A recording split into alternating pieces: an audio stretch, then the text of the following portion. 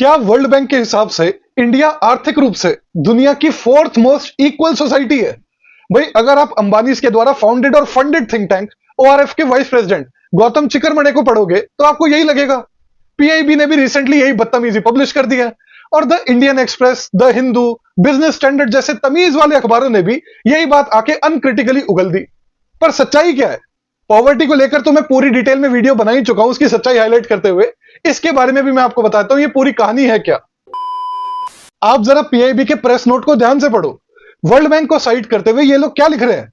कह रहे कि इंडिया रैंक्स फोर्थ ग्लोबली इन इनकम इक्वालिटी।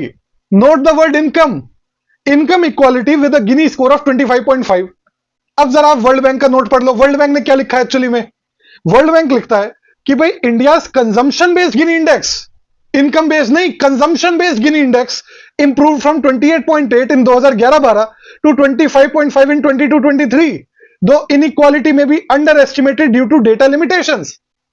अरे भाई, वर्ल्ड बैंक का जो आप गिनी कोएफिशिएंट ला रहे हो वो कंजम्पशन बेस्ड है और आप अपनी प्रेस ब्रीफिंग में लिख रहे हो इनकम बेस्ड इनइक्वालिटी।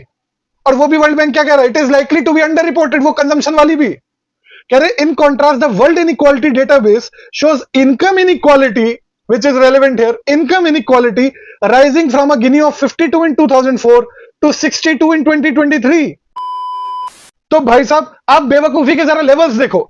सबसे पहले तो वर्ल्ड बैंक जो इंडिया का कंजम्पशन बेस्ड गिनी कोएफिशिएंट बता रहा है, आप उसको रिपोर्ट कर रहे हो as a measure of income inequality, बजाय रिपोर्ट करने के as a measure of consumption inequality.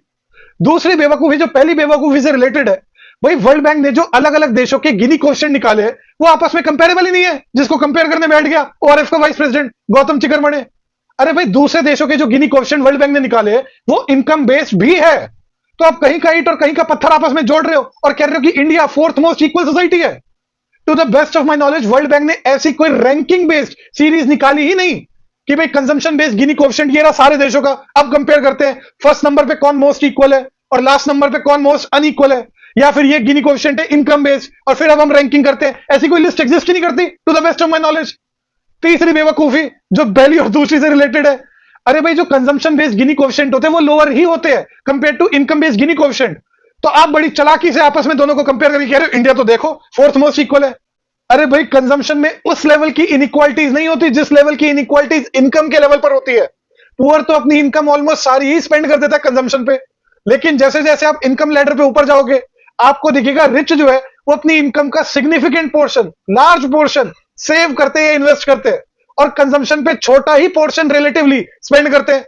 तो फिर आप जब कंजम्पशन को कंपेयर करोगे तो आपको इनइक्वालिटीज कम दिखेगी और इनकम्स को कंपेयर करोगे तो रेडिकल डिफरेंसेस दिखेंगे, ज्यादा इनइक्वालिटी दिखेगी। और जो इनकम भी रिपोर्ट करते हैं रिच, वो तक वो अंडर रिपोर्ट करते हैं। मैंने इसके ऊपर भी एक वीडियो बनाई थी डीएससी के डायरेक्टर प्रोफेसर राम सिंह के पेपर को डिस्कस करते हुए, उस वीडियो की लिंक भी मैं डिस्क्रिप्शन में डाल दूंगा, वो भी देख लेना आप जरा।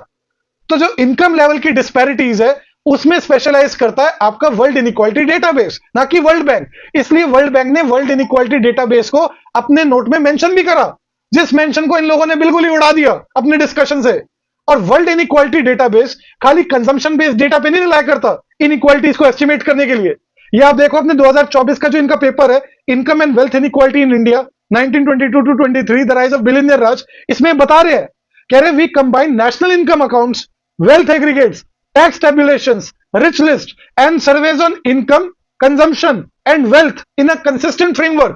तो इनकी जो रिपोर्ट होती है ये ज्यादा कॉम्प्रिहेंसिव होती है, it supersedes any Gini coefficient that the World Bank calculates.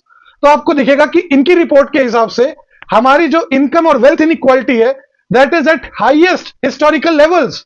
जो टॉप 1% है वो इनकम का शेयर होल्ड करता है 22.6% और वेल्थ होल्ड करता है 40.1%।